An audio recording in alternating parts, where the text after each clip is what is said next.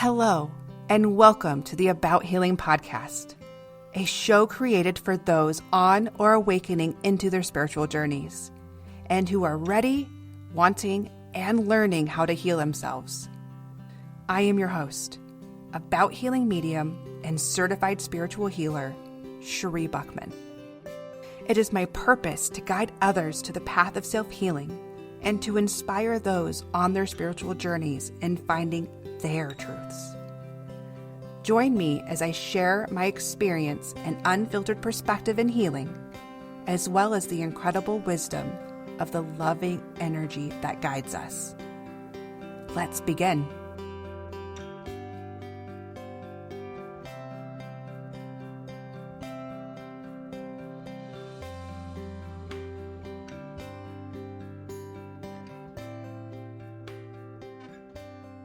Well, hello everyone. Welcome back to another episode of About Healing podcast. I am so excited that you have decided to join us today. And to further welcome you, I'd like to say hello to Miss Copper. Hello, how are you today? I'm doing good. I'm doing great. I'm sorry. I am so in this retreat mode, so I'm all mixed up and it's just super excitement, it's happiness, it's gratitude, it's wonder, I feel like a kid before Christmas. This is what it feels like. It really does. And also, I can see out your windows, so I feel like I can say same for you. And it's so beautiful outside that it's just really hard to be sad. It's true. The weather does play and help us with our emotions too. Yeah, yeah. It is. Well, and going into, because of course we're going to talk retreat. Yes, everybody, you're going to hear me talk about the retreat and a lot of episodes leading up to, because this is my baby and this is a part of everything that I do. It is a part of healing. It is a part of what this podcast is about. It's late October now. This means that early registration just opened for About Healing Retreat. So the exciting part about this, and that it just opening up for registration for its very first time, is that if this event has been on your radar, now is the best and only time for the biggest savings to this amazing whole self wellness lightworker retreat. They're not going to get any lower than this, guys. So this is your little cheat, your announcement in here that this is the cheapest it will ever be. So if you're thinking about it, head over to the website abouthealingmedium.com/retreat, and it is now fully loaded with all of the event details. So if you've been before and you just saw a couple little highlights, it is fully loaded now with all of the information. So take a look, have a feel, and we look forward to seeing you at the event in April. This event was created to help you get back to your best self in putting yourself first and to receive some of the beautiful energy that you so easily put out to others. And again, what a beautiful way to bring us into today's topic, which is about lessons in receiving. So for sensitives, for empaths, for caregivers, for all of you light workers out there, much of your joy and sometimes your peace comes from making others happy. You take care of others and you put so much thought and energy into everything you give. Going from the compliments you give out every day to all the beautiful people that surround you, giving out your affection, your love, the attention, because you connect deeply to these people and you see them for who they truly are. And you like to create that and letting people know how you feel and showing your gratitude. But they also put so much energy into the gifts they give, being very sentimental and having this deep awareness of the people they're giving to. So they go all out for this, right? So when these beautiful people, these givers, right, when they are the source to another's happiness, it fills them with a sense of joy and purpose. They are natural healers and always looking to make others around them happy, comfortable, and taken care of. While all of this is very true and it's beautiful, these very caring people have their own kryptonite. It's their Achilles heel. And can you imagine what it is? And that is receiving what they give out so easily. As a side comment for all the listeners out there, you may notice some background noise a little bit more than usual. And I apologize for that in advance, but this is real life and construction happens. Neighbors are building, and we're going to hear it a little bit more today. I have no control over it, nor does Copper. So there's a reason this topic came up. Again, this has kind of been a new little theme running in the last few episodes lately that I have been doing a lot of unplanned episodes and topics, right? This is one of them. But this was an actual lesson that I am currently working on. One that definitely sprung up last week for me. So I don't know, or now you're gonna know. So I'm on TikTok now. Yes, very uncomfortable new creation and outside of my comfort zone. So my team is now pushing me to join the TikTok world and making videos.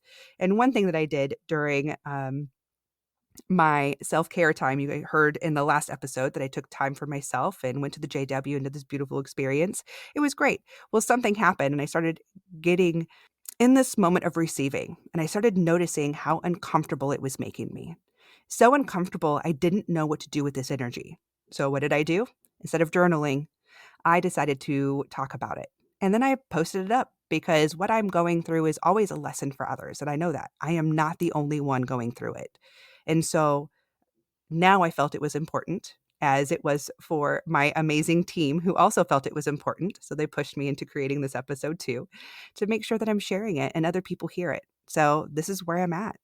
I am in this place now where I am very aware when these pieces arise.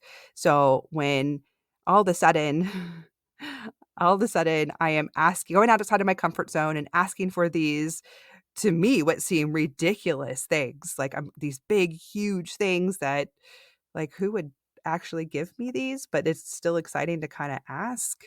Anyway, I did. And long story short, you can kind of go back to my TikTok and hear pieces of that too. But when you actually get what you ask for, especially when they're big things and it has nothing to do with a need, it's more of a want, or if it's something that is more aligned in that self care realm, it felt icky.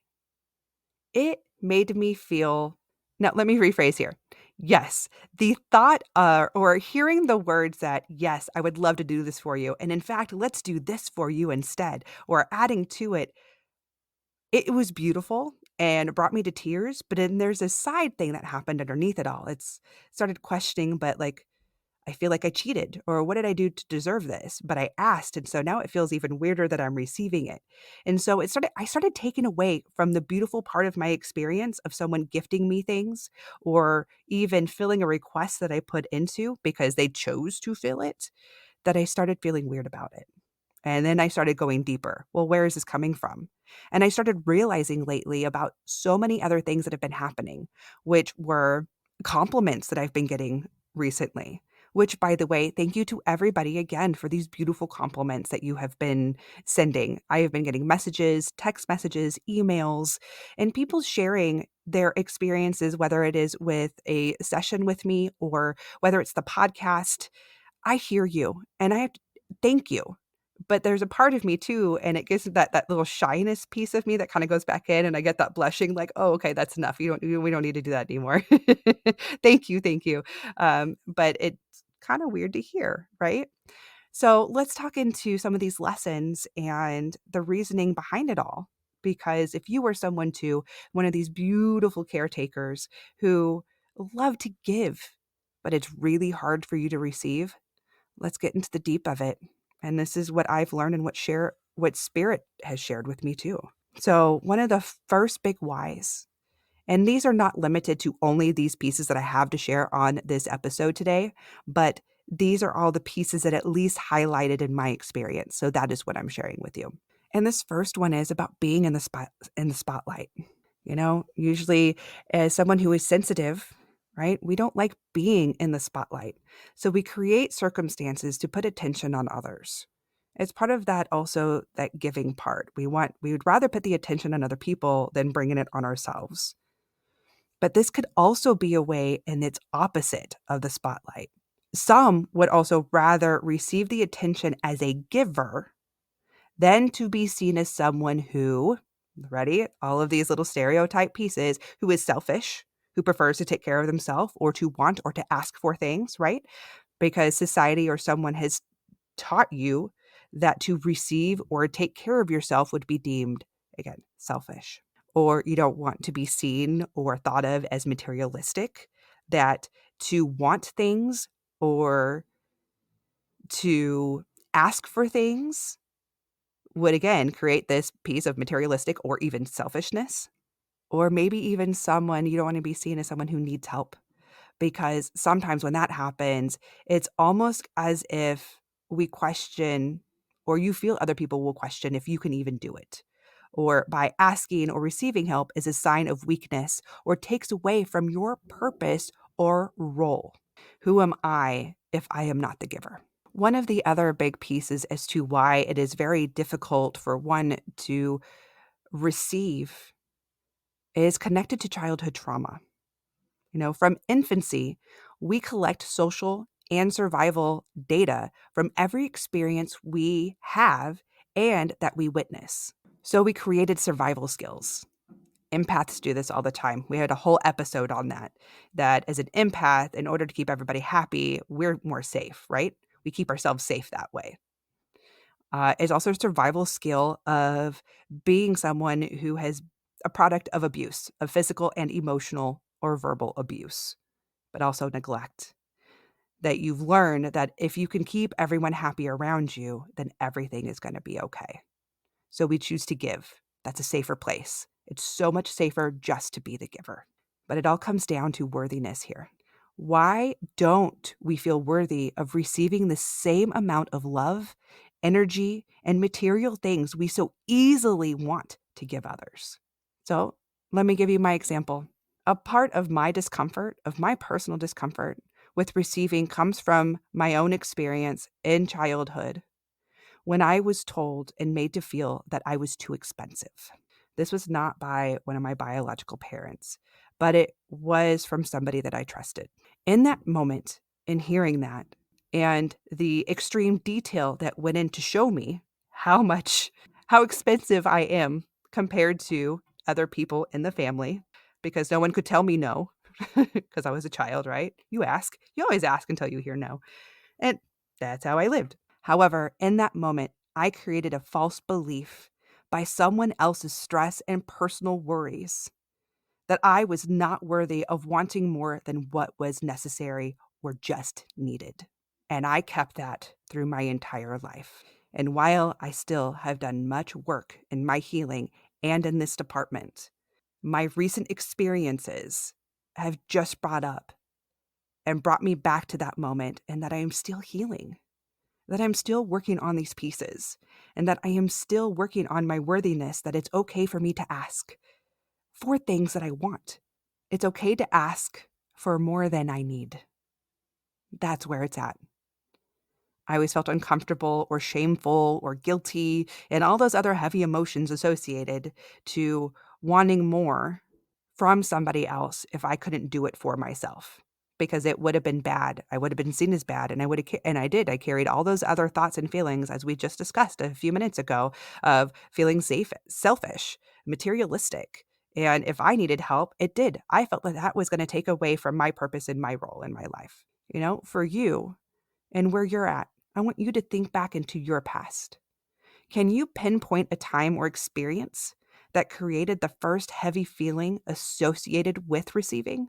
Was it the reaction of another person that made you feel that? Because this is your reminder right here. And this is what once I realized where this big piece was coming from me, it's clicking, and it's going to be a process, but this is your piece, is that the reactions of others and the thoughts and opinions and judgments, they are but a reflection of their own fears, beliefs, and mental state.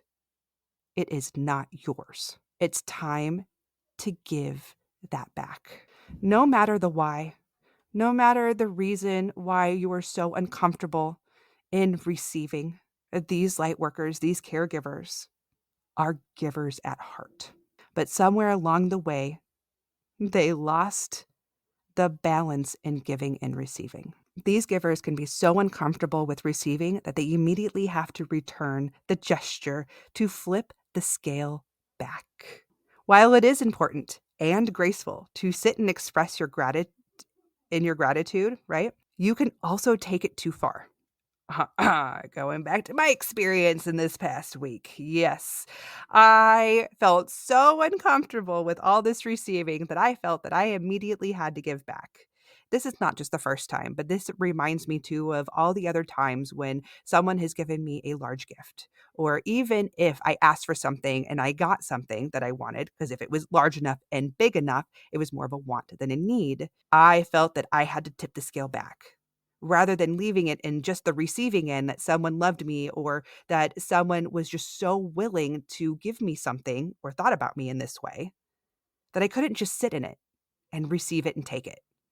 That I had to buy them a gift back or give them an offer or something in return to again, it's like give me the power back, make me that giver again. But what I learned is even too many thank yous and all these different expressions can be definitely too much. And a simple thank you is enough. Imagine the situation in reverse. Do you ever expect anything in return when you give? When you put this beautiful time and effort in, you know, giving someone a compliment or buying this beautiful sentimental gift or whatever it may be? Or do you ever expect a grand gesture of gratitude in return? I never do. And if you don't either, then why would they? Don't forget that the people around you that love you also want to do things for you too. This is advice I have given many times, so many times before, and one that I am reminded to take for myself. Asking for help or allowing someone to offer their love, their support, monetary or material gifts makes them feel just as good as you do when you are the one giving. It is okay to allow others to spend time, energy, love, and money on you too. Receiving is just as important as giving. Just as we teach that we need to take care of others and give, it is just, I want to underline that and capitalize it and bold it. It is just as important to teach and learn how to receive and take care of ourselves. For too long, mankind has lived out of balance, teaching an extreme in one way or another. But the answer and key to life in every living aspect is balance. It's giving and receiving. It's good and bad. It's life and death. Without the latter, we could not appreciate the former. This is a personal journey for me too, as they all have been. But this is one that I'm currently on. The lesson in receiving is a practice. It is about becoming aware of the reasons why it is so difficult and uncomfortable to receive, then to heal these old wounds, stories, beliefs, so on and so on. Everyone creates false beliefs throughout our lives. Often there are results from the things that we just spoke about. It's our past, it's our experiences. It is now time to reprogram the beliefs about our worthiness, our image, purpose, or any other reason that creates the imbalance in our giving and receiving. You are worthy of every blessing you bestow upon others and then some, without immediately tipping the balance back. Soak in the gifts of appreciation and allow yourself the beautiful experiences in receiving. This is part of your self-care that demonstrates to those around you how to really live in the balance of loving yourself. And until next time, you beautiful souls, be kind to yourself. With so much love and gratitude, I want to thank you for listening to this week's episode. My hope today is that the message continues to guide you along your path to healing. To learn more about me and my purposeful work, visit my website at abouthealingmedium.com. You can also follow About Healing Medium on Facebook and Instagram, where you can find the episode's healing guidance, quotes, tips, insights, and chances to win free stuff. To ask a question or to share comments, email me at abouthealingpodcast abouthealingmedium@gmail.com, or feel free to reach me on Facebook and Instagram at About Healing Medium. Until next time, be kind to yourself.